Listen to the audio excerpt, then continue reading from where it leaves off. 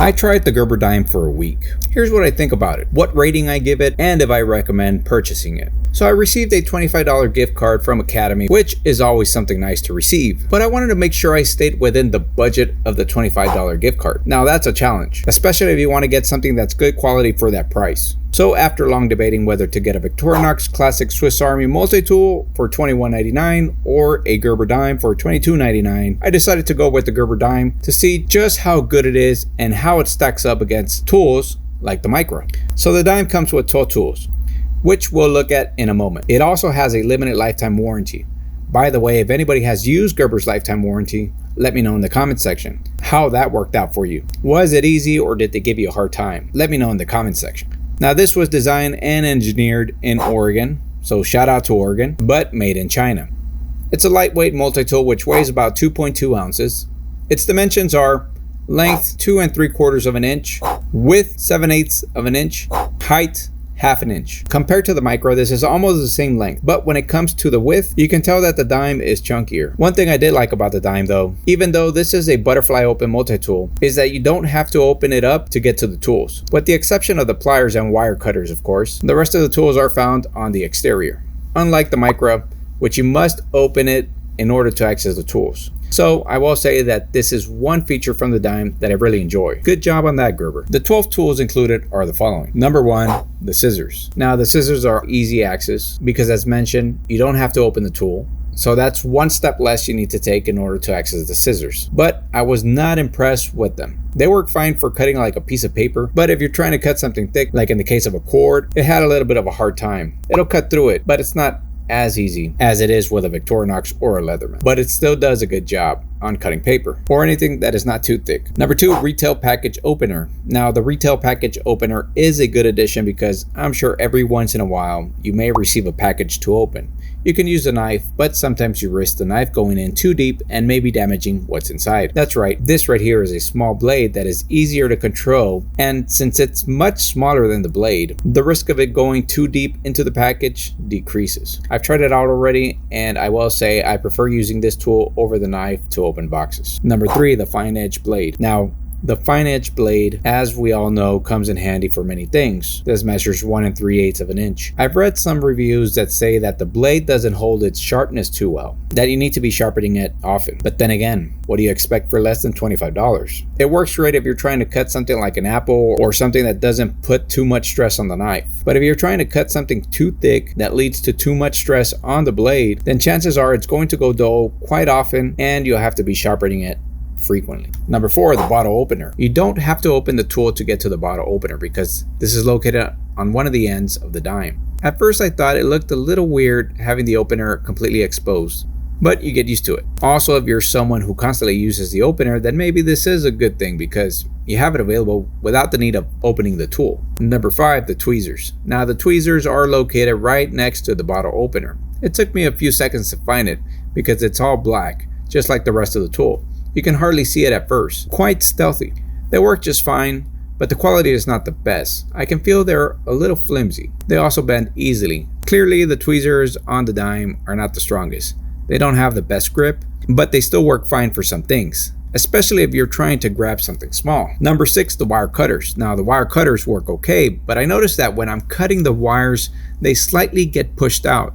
I have to hold the wire in place with some force so it can stay put. Otherwise, it feels like it won't cut all the way through. Number 7, spring-loaded pliers. The spring on the pliers is quite strong. They quickly spring open, so that's great. The pliers have a good grip as well, but it looks like the black paint will be coming off quite easily if the pliers are constantly being used. Nothing wrong with that. It just won't look like it did when it was new. Number 8, the lanyard ring. Now, the lanyard ring does feel a little flimsy, but you can always replace it with a thicker one if you don't want to run the risk of losing your tool in case the flimsy ring falls off. Number 9 and number 10, the coarse file and the fine file. Now the coarse and fine file work fine for small jobs. I haven't really used them, but if I do, I would mainly use it as a nail file because they're too small in length in my opinion for anything else. But I'm sure someone still finds great use out of them for other things as well. Number 11 and number 12, the small flathead driver and the medium flathead driver. So finally you have the flatheads, which are always good additions. Those are always useful.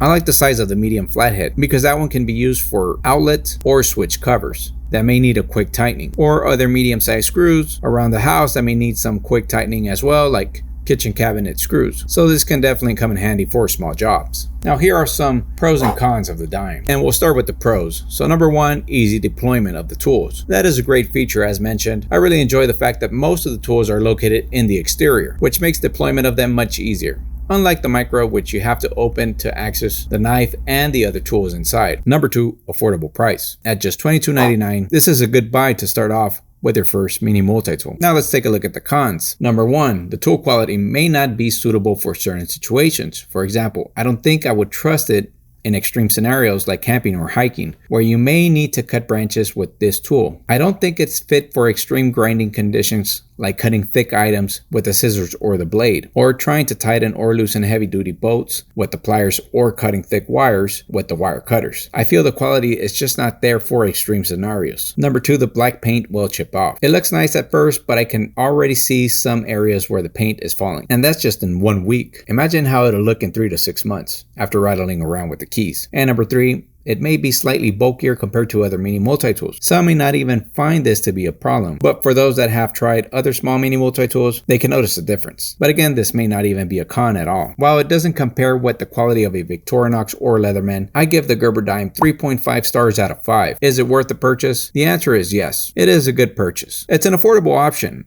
And if it's your first time trying to hang mini multi-tool to your keys, it's a good first multi-tool option to try out because of its affordable price. It may not be the most compact because, as you saw, the micro is slimmer, but it is still a fairly small size that can hang from your keys comfortably. I'm certain that with time, the paint will chip off, but it should still work fine for small tasks. By then, you'll probably already have decided if a mini multi-tool is something you want to continue to have on your keys. Then you can make a jump to another better quality multi-tool that you find a better fit for you. But to begin with, it's not a bad option. So let me know what you think of the Gerber dime. If you have this multi-tool, have you had a good experience with it, or has it been a major disappointment? Let me know in the comments.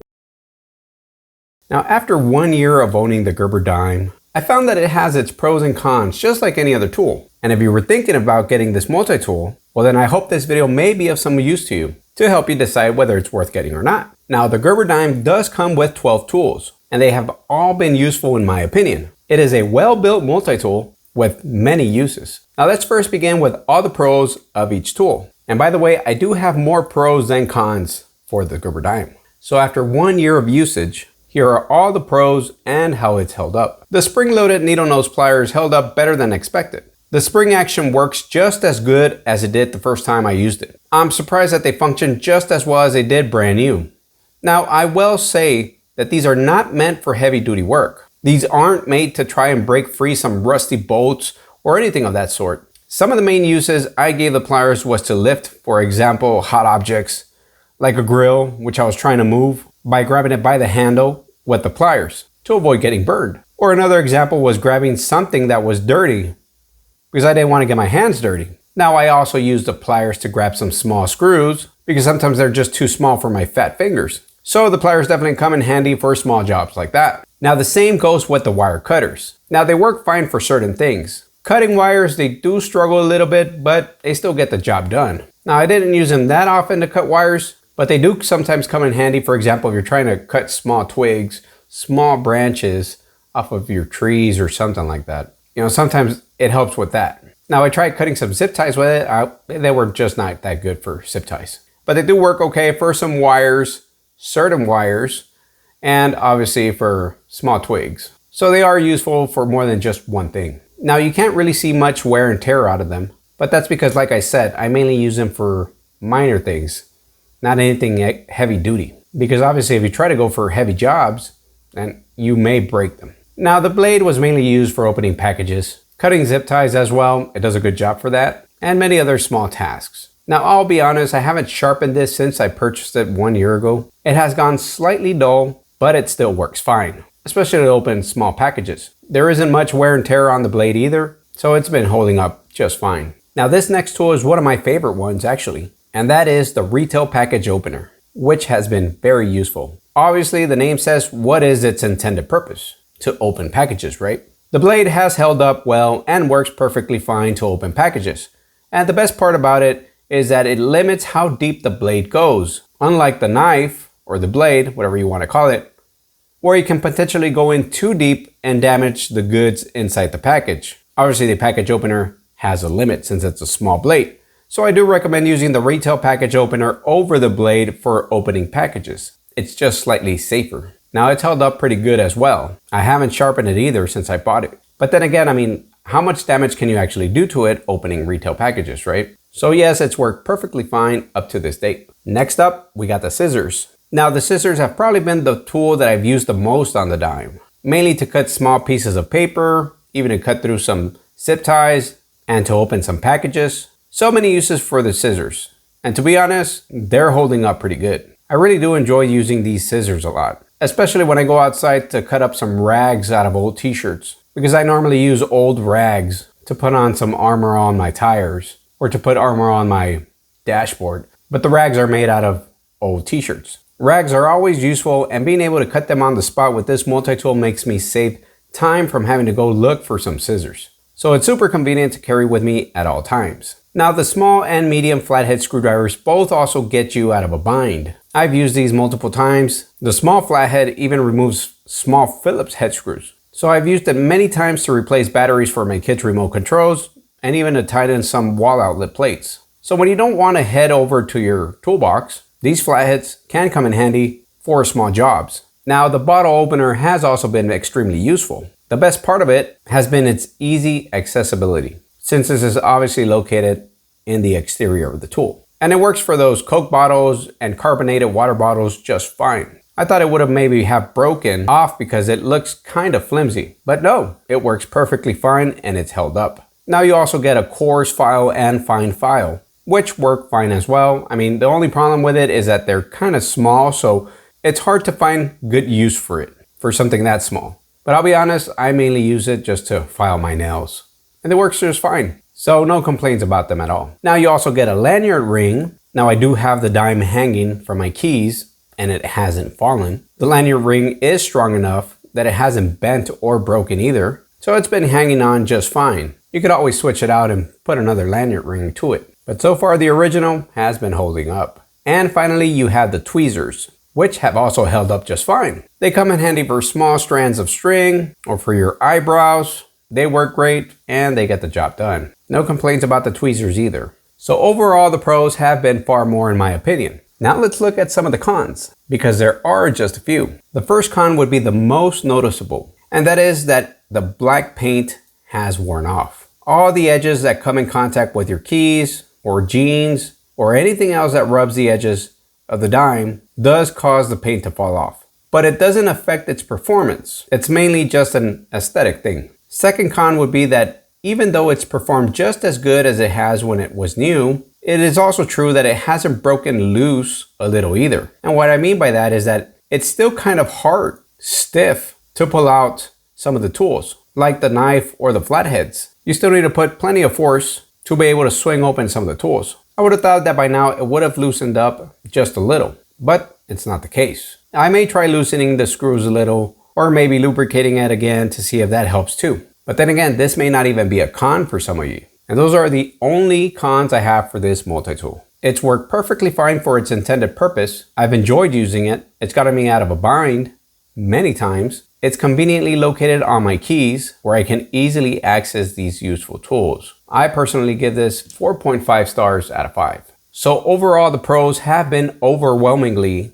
superior to the minor cons. I have not been disappointed in using any of these tools on the dime. And for the price, which usually ranges between 24 to 30 US dollars, it has met all my expectations and it continues to hold up. But then again, it's all been light duty use. These are not meant for heavy duty use. Otherwise, they will break. Now, I may trade it out this coming year for something else. So if you have any recommendations, let me know in the comment section. Also, let me know in the comment section if you have the Gerber dime. And if you do, have you found it useful or has it been a disappointment to you? That is all I have for y'all today. If you enjoyed the video, don't forget to hit that like and subscribe button. I thank you for your time. Take care, and I'll see you in the next video.